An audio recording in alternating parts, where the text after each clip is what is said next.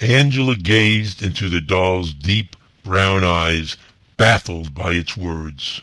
I know what you are thinking, Angela. I do not believe this is a worthy wish. The doll said. Gifted with unusual powers from sources unknown, the rosy-cheeked doll stood in the same spot on Angela's bedroom shelf since the day Angela was born. Angela, now 17 years old, pulled the doll's string only to hear the same tired refrain. Angela, this is not a worthy wish. Put me back on the shelf. It was the third time Angela had asked the doll to grant her wish. Angela sought desperately to reverse a chain of events that had led to the death of two young boys. She could not understand why the doll had repeatedly rejected her wishes. This time, Angela refused to accept the doll's answer. How could this not be worthy? Is not the life of an innocent boy worthy? You promised me one wish. This is the wish I want you to grant. Angela Angel replied. Angela, this is not a worthy wish. Put me back on the shelf. Angela did what the doll commanded. The doll came from Tolland's Toy Company, where Angela's father, Thomas Daly, worked as a machinist. It was the custom of Mr. Tolland to give a doll to all newborn girls born to his employees. This was one of the few benefits Tolland employees received. Angela's mother named the doll Angela Angel after her daughter. It was one of those dolls with a pull string attached that would say, "You look pretty today," or "I'm sleepy," depending on which recording was in the queue. The doll was fairly large, standing about 18 inches. It looked something like Angela herself looked when she became a young lady. The doll had a clear complexion, light brown hair, brown eyes, and a constant gentle smile with big rosy cheeks. As Angela grew up, she discovered that this was not a typical doll. When other people were around, the doll would say the standard, "I'm happy to see you" kind of things. But extraordinarily, when Angela and Angela Angel were alone, the doll would tell Angela amazingly interesting things. One time, Angela Angel pulled the string, and Angela Angel said, I will grant you one wish, but only if I think it is a worthy wish. Thomas Daly, despite his modest position, never seemed concerned about his situation. After all, he was married to a woman who, in his eyes, was the most beautiful woman in the world. He had a lovely child in Angela, who was as brilliant as she was lovely. And he had a young son named Ellis, who was to be his legacy. Thomas dreamed that one day Ellis would go on to do great things in the world. Tolland's toy factory overlooked the Susquehanna River in south-central Pennsylvania.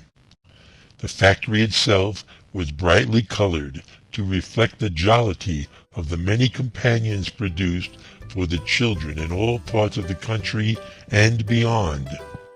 Cheerful music played throughout the factory to heighten the sense of mirth and merriment for families visiting the facility. The visitor center displayed and sold cuddly stuffed dolphins and bears, electronic toys, wagons, dolls, and many other toys far too numerous to mention. If you can imagine it, it was probably made somewhere at Tolland's. Yancey Tolland, owner of the toy factory, lived in a gray and white mansion high above the river. The roof was made of clay tile in the shade of terracotta, highlighted by the stucco walls that shimmered with the reflection of trees off the river. Radiant sunlight gave way to the shadows of leaves and branches, cooling the evening as the sun set in the western sky. Mr. Tolland owned many beautiful classic cars, proclaiming that his taste in lavish transportation matched the wealth he amassed over many years of selling dreams and fantasies. His Olympic-sized heated pool, enclosed in a retractable dome, taunted the cold Pennsylvania winters. Yet, with all of Mr. Tolland's wealth, he lacked the compassion and concern for the hundreds of workers who contributed to his success. He treated his workers as interchangeable parts in the factory's machinery. If someone became a squeaky wheel, griping for better pay, shorter hours, or benefits, Tolland would simply replace him or her. This was well known, and the workers learned to accept their condition. The alternative was seeking employment elsewhere, and since Mr. Tolland surrounded himself with mostly unskilled laborers, the employees tended to stay put for years on end. This was in stark contrast to the way he treated the artists, designers, engineers, and other professionals that he needed to help keep Tolland on top in a very competitive industry. Mr. Tolland's only child was Edward. Edward was the heir apparent to the plaything empire.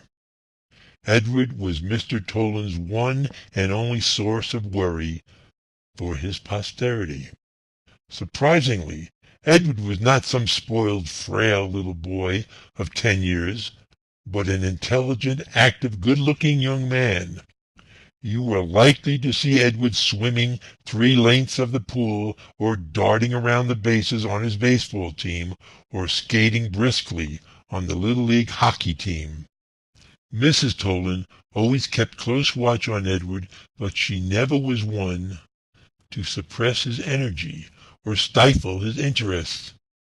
Mr. Tolland loved and protected his little family, but he was never able to appreciate the fact that other men loved their families with the same fierce passion that he did. For Mr. Tolland, poor workers in his factory were somehow less human and more disposable. He worked hard for what he got. He expected them to make their own way. This was Mr. Tolland's philosophy. He believed in neither a hand out nor a hand up. Thomas Daly worked for Tolland's toy company for 14 years. Mr. Daly would often see Mr. Tolland as he toured the factory. Mr. Tolland would smile and sometimes wave, but Mr. Daly knew that he was barely tolerated by Mr. Tolland because of past events. Mr. Daly would do his work well and never gave Mr. Tolland cause to dismiss him. But Mr. Daly was outspoken about the conditions at the plant. He needed this job very badly, so he did not press too hard because he knew that Mr. Tolland had a short fuse. Mr. Daly was 36 years old and a very capable machinist. He learned all he knew while on the job, and over the years he operated many different machines and was quite adroit. If Tolland's were to lose Mr. Daly, it would take quite some time for the company to train someone half as good as he was. Mr. Daly had sharp, angular features, a sinewy body, and a quiet, strong presence. He was the kind of man that was well respected and seldom teased or ridiculed by other workers. He had a serious nature as he plodded through life with one main goal, the same goal that Yancey Tolland had. He wanted his son, as well as his daughter, to prosper in this world. Mr. Daly worked hard and saved every penny he could to make this happen. Fate steps in, and they look back on how our story started. The day Angela was born, October 3rd, 1992. This was the happiest day in Thomas Daly's life. On this day, Angela Daly was born. Thomas's joy could not be suppressed beneath his standard stoic demeanor. He was both proud and worried. He worried about the future for his tiny child. He worried about Angela's safety and health. Rebecca assured Thomas that the Lord had a way of providing. With love and guidance, Rebecca knew that Angela would grow up to make her parents proud.